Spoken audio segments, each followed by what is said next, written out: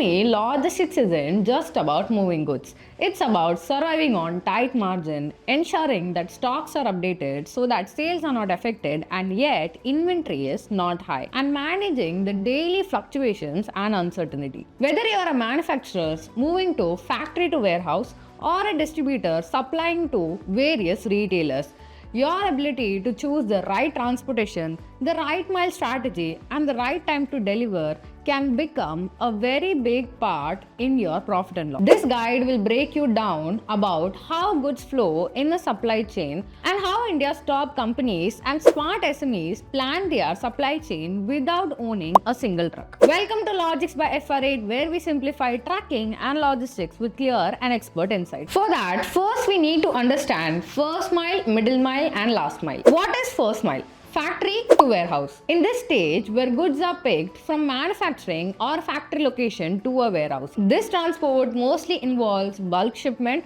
or full truckloads. Now middle mile. This chain flows from warehouse to carrier hub or distribution center. In this, goods move from a central warehouse to a warehouse or a zonal hub. This transport also mostly involves bulk shipment or full truckloads. This stage is critical in optimizing cost and transit times on longer hauls. Last mile is carrier to retailer or end customers. This is a final delivery leg from hub to retailer outlets or customers. Last mile is costly and time sensitive, especially with companies like FMCG and e-commerce, which mostly involve part load shipments and small vehicles like Tata Ace trucks to navigate urban areas with tight deliveries. Last mile usually influence heavily with customer satisfaction and brand loyalty. Now we need to understand the logistics model. Fully outsourced 3PL and own fleet. In this model, a company completely relies on an external logistics door-to-door provider to manage their supply chain from first mile to middle mile to last mile. This approach is common among early stage D2C companies that largely depend on third-party logistics like Amazon, e-commerce express, or delivery for end-to-end logistics. For example, Meesho, a leading D2C brand which fully outsourced their logistics operations from providers like Delivery and e-commerce express until 2024. This approach enabled Meesho to scale rapidly with minimal capital investment and leverage the establishment of logistics for their customer efficiency. However, starting in 2025, Meesho started its own logistics firm called Valmo, which led to a significant reduction in shipment volumes handled by e-com express. Since Meesho was a major contributor, accounting for a large share of e-com businesses, this shift significantly affected with higher revenue loss for e-com express. You can check the article about this in our description box. Please check it down. Now let's see the benefits of fully outsourced logistics. First is low capital expenditure with no investment in vehicle or warehouse. Second, fast ability to scale operations and expand across region. Third is flexibility to switch providers or adapt to changing demand without owning assets. Now let's understand the drawbacks. Limited control over delivery quality, timelines, and customer experience. Second is high dependency on vendor capacity and operational efficiency. Third is exposure to risk during peak season, strikes or disruptions when vendors' networks get stretched. Second is asset light model. Shippers do not own the truck or the warehouse which is used in their supply chain.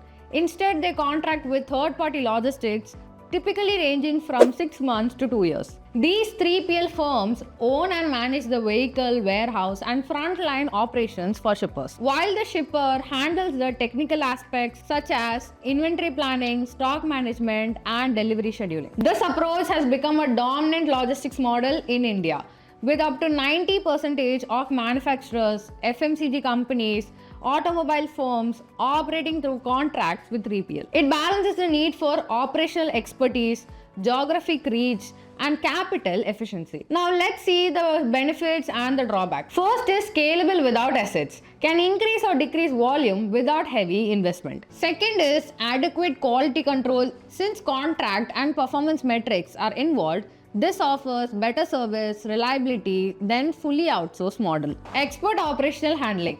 3PL providers domain expertise and extended network reach. The drawbacks are road transport unreliability, infrastructure, congestion, and regularities issue impact tight delivery schedules. Second is limited flexibility. Contracts often have minimum volume commitments and may restrict rapid service customization. Third is partial control. While better than fully outsourcing, the shipper still depends on the 3PL for execution quality. Now let's understand how own fleet logistics work. In own fleet model, the company owns and leases the truck, trailers, tankers, and other vehicles and operate with their internal logistics department. This includes having drivers on payroll, dedicated maintenance yards, and a fully operational team which manages end-to-end logistics. This model gives company maximum control over transport schedule, quality standards, cargo safety, and customers' experience. It is partially useful for businesses like hazardous, sensitive, and high volume cargoes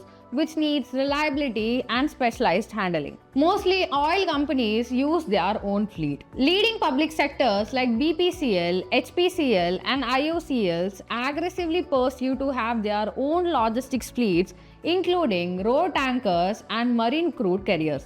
For example, companies like Patanjali's operate with their own logistics firm called Patanjali Parivahan. It manages their in-house fleet tailored to their distribution needs. Patanjali's own fleet strategies involve trucks and small transport vehicles to ensure timely and reliable delivery and also preserve their products quality like herbals or FMCG products across urban and rural markets. This asset control allows Patanjali to have a greater visibility over stock movement, manage last mile difficulties efficiently, and retail flexibility in servicing diverse geographies without fully dependence on third party. Now let's look at the benefits and the drawbacks. Complete control over delivery time, safety, and quality. Critical for sensitive, hazardous, or high value cargo where delays or mishandling can be costly or dangerous. For companies with consistent high volume transport needs, owning assets reduce reliance on fluctuating external cost and vendor pricing. Third is fleet size and vehicle types can be customized to unique business needs, routes, and goods handling requirement. Fourth is direct control reduces risk to service failures impacting customer satisfaction. Drawbacks are high capital investment.